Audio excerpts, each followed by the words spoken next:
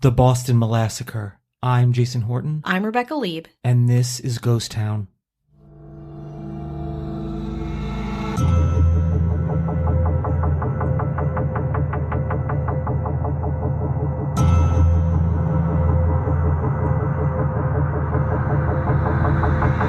If you had to guess a food that might kill 21 people, you'd probably guess, what? Bad meat or a lettuce fungus? I doubt you'd guess molasses in the first 10, 20 guesses, maybe more.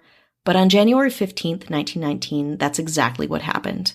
In the north end of Boston, Massachusetts, a large storage tank filled with 2.3 million gallons of molasses burst, killing 21 and injuring 150 people, and it also had other strange effects that we're going to get into. It was called the Great Molasses Flood, the Boston Molasses Disaster, or deliciously, no pun intended because the next one's going to have one, the Boston Molasses. It all went down at 529 Commercial Street, the headquarters of Purity Distilling Company. Molasses would be temporarily stored there by the company. They used tanks to offload the sweet, sticky substance from ships, and then transfer it by pipeline to the Purity ethanol plant in Cambridge, used there for alcohol. On January 15th, 1919, Boston was cold as fuck, around 40 degrees, which was warm for that week. The day before, a ship had delivered a fresh boatload of molasses, which had been warmed to reduce its viscosity for easier transfer. At 12:30 p.m., possibly due to the thermal expansion of the older, colder molasses already inside, the tank burst open and completely collapsed. Witnesses reported that they felt the ground shake as the tank caved in on itself, saying that the sound was similar to a roar, a long rumble, a machine gun, a growl, or the sound of an elevated train. Others reported a tremendous crashing or an explosion sensation. The collapse created a 25 to 40 foot high wave of molasses, moving at 35 miles per hour. It had sufficient enough force to drive steel panels of the burst tank against the girders of the neighboring Boston railway stop and tip a streetcar off its tracks. Nearby buildings were swept off their foundations and crushed. A truck was picked up and hurled into the Boston harbor. Some blocks were flooded with up to 3 feet of molasses. A Boston Post article reported, "Molasses, waist deep, covered the street and swirled and bubbled around the wreckage. Here and there struggled a form. Whether it was an animal or human being was impossible to tell. Only an upheaval, a thrashing about in the sticky mass, showed where any life was. Horses died like so many flies on sticky fly paper. The more they struggled, the deeper in the mess they were ensnared. Human beings, men and women, suffered likewise. Some people were picked up, thrown, or pelted with debris. The air smelled sweet and hot, another strange sensory point of chaos. After that initial terrifying wave, the molasses became even thicker, having hit the cold Boston air. This made those trapped or stuck in the molasses even harder to rescue. First to the scene was 116 naval cadets from the USS Nantucket, a training ship at the Massachusetts Nautical School that was docked nearby. Some cadets entered into the knee-deep flood of molasses to pull out the survivors, while others worked to keep curious onlookers from getting in the way of the rescuers. Soon, the Boston Police, Red Cross, Army, and Navy personnel joined in rescue efforts. The injured were so numerous that doctors and surgeons set up a makeshift hospital in a nearby building. Rescuers found it difficult to make their way through the hardening molasses to help the victims, and they ultimately spent 4 days helping and searching. Many of the dead were so glazed over in molasses that they were hard to recognize. At the end of the day, several horses died, and 150 people, horses and dogs, were injured. 21 people died, crushed and drowned, or both, by the molasses or by the debris carried within it. Many more were plagued with coughing fits long after their experience. Bostonian Edwards Park wrote about a child's experience in a 1983 article for Smithsonian. It caught young children on their way home from the morning session of school. One of them, Anthony DeStasio, walked homeward with his sisters from the Michelangelo School, was picked up by the wave and carried, tumbling on its crest, almost as though he were surfing. Then he grounded and the molasses rolled him like a pebble as the wave diminished. He heard his mother call out his name and couldn't answer. His throat was so clogged with the smothering goo. He passed out, then opened his eyes to find 3 of his sisters staring at him. Another sister had been killed. They had found little Anthony stretched under a sheet on the dead side of the body-littered floor. On that note, let's take a break. Hi, hello, how are you? Hello? How are you doing? Are you doing okay today? This is the check-in, so What's coming? Make yourself known, make yourself heard. Mm-hmm. Speak now or forever hold your peace. Or whenever you want to speak your piece. It's really whenever you do want to say hello to anyone who's listening. everyone who's been so great and supportive, to all of our patrons. Thank you very much.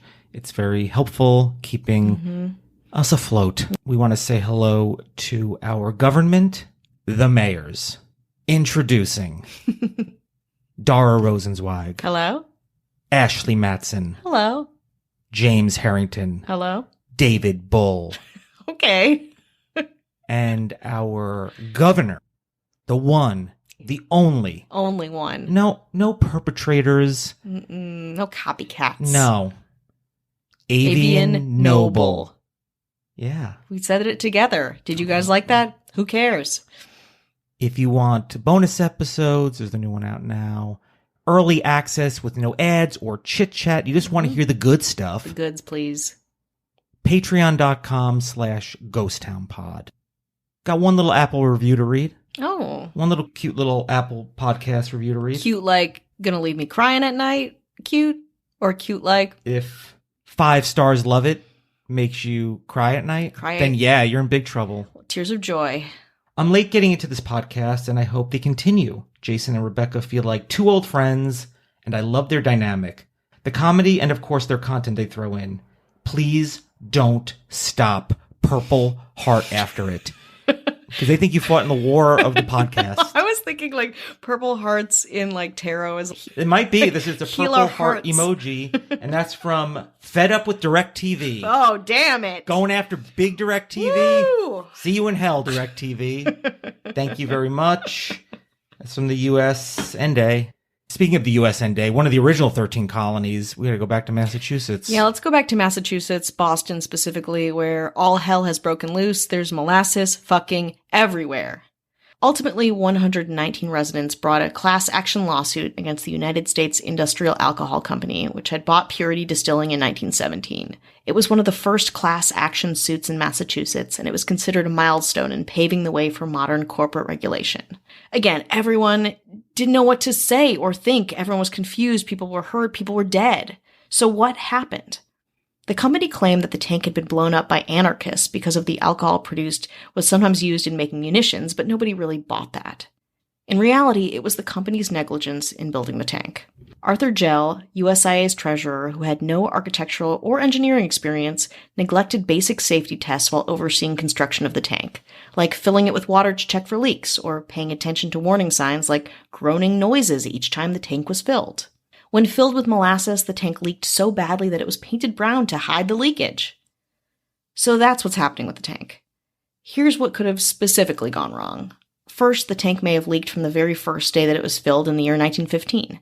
Second, the tank was also badly made and poorly tested, as we talked about, so carbon dioxide production might have raised the internal pressure due to fermentation in the tank. Third, the failure occurred from a manhole cover from the near base of the tank, and a fatigue crack there could have possibly grown to the point of criticality.